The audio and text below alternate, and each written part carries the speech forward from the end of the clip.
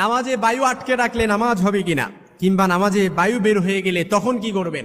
অনেক ব্যক্তি আছে নামাজে বায়ু আটকে রাখে, নামাজ আদায় করে, কিংবা অনেক ব্যক্তি আছে নামাজে বায়ু বের হওয়ার সন্দেহের প্রবণতায় সে কি করবে সমাধান খুঁজে পায় না।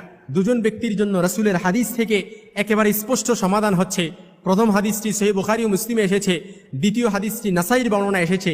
রাসূল সাল্লাল্লাহু আলাইহি সাল্লাম দুজন ব্যক্তির জন্যই করণীয় বলে দিয়েছেন। প্রথম ব্যক্তি হচ্ছে নামাজে বায়ু আটকে রাখলে নামাজ হবে কিনা। এ সম্পর্কে আমরা যদি হাদিস দেখি, রাসূল সাল্লাল্লাহু আলাইহি সাল্লামের নাসাইর বর্ণনায় হাদিস এসেছে, রাসূল সাল্লাল্লাহু আলাইহি সাল্লাম বলেছেন, অর্থাৎ সব সময় দেখবেন শয়তান আপনাকে একটা কুমন্ত্রণা দিচ্ছে।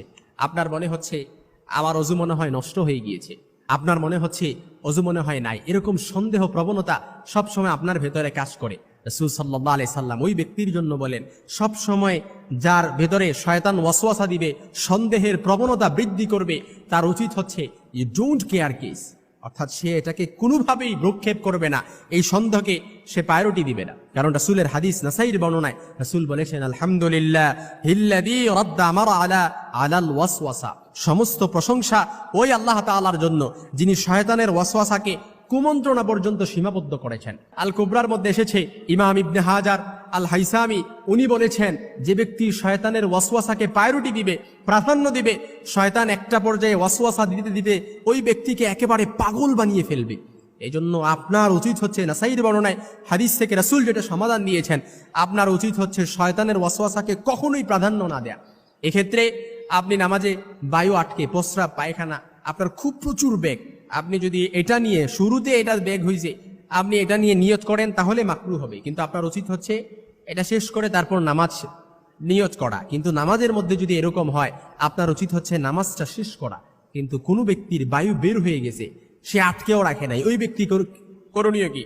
সহিহ বুখারী ও মুসলিমের মধ্যে হাদিস এসেছে, রাসূল সাল্লাল্লাহু আলাইহি ওয়াসাল্লামের স্পষ্ট হাদিস, লা ইয়ানসারিফু হাত্তা ইয়াসমাআ সাউতান আও ইয়াজিদা রিহান, অর্থাৎ কোনো ব্যক্তির যখন বায়ু বের হয়ে যাবে, সে কিভাবে বুঝবে, সে কিভাবে নামাজ সে ছাড়বে কিংবা অজু করে আসবে না নামাজ কন্টিনিউ করবে। তার উচিত হচ্ছে সে প্রথমত শিওর হবে যে তার অজু নষ্ট হয়েছে কিনা কিংবা অজু ভাঙছে কিনা। সে শিওর হওয়ার জন্য কি, সেজন্য শব্দ শোনা কিংবা গন্ধ পাওয়া পর্যন্ত সে নামাজ ধরে রাখে।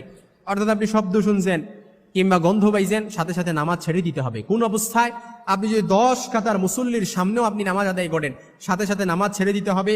তারপর এক কাতার পার হয়ে আপনি কাতারের সাইড দিয়ে তারপর পিছনে 2 হাত প্রসারিত করে আপনি বের হয়ে তারপর কোনো কথা, নিশ্চুপ থাকবেন, কোনো কথা নাই, বাড্ডা নাই, নিশ্চুপ থেকে পুনরায় আপনি অজু করে আবার কি করবেন, একই ইমামের পেছনে ইক্তেদা করে আপনি বাকি নামাজটা আদায় করবেন। এর দ্বারা কি, আপনি যেই অবশিষ্ট নামাজ আছে এই অবশিষ্ট নামাজের উপরে আপনি বেনা করলেন, তাহলে যেই রাকাতটা আপনার ছুটেছে শুধু নামাজ শেষে ওই রাকাতটা পড়লেই আপনার পরিপূর্ণ হক আদায় হয়ে যাবে। কিন্তু যদি আপনি এই নামাজে আপনি যদি ইক্তেদা না করতে পারেন, এই নামাজের উপর যদি আপনি বেনা না করতে পারেন, তাহলে পুনরায় আপনি একা একা পরিপূর্ণ সালাত আদায় করতে হবে। এক্ষেত্রে আপনার উজু বায়ু বের হয়ে গেছে, কখনো আপনি ছেড়ে দিবেন যখন আপনার গন্ধ পাবেন কিংবা আপনার মনে হবে যে আপনার বায়ু বের হয়েছে কিংবা শব্দ পেয়েছেন, তখনই আপনি নামাজ ছেড়ে দিয়ে আপনি বের হয়ে যাবেন। কিন্তু বের হওয়ার কোনো স্কোপ নাই। আপনি দেখা গেছে পেছন দিক দিয়ে যদি আপনি সব মুসল্লিকে ডেঙ্গিয়ে যান, তাহলে অনেক মুসল্লির নামাজে ব্যাঘাত ঘটতে পারে।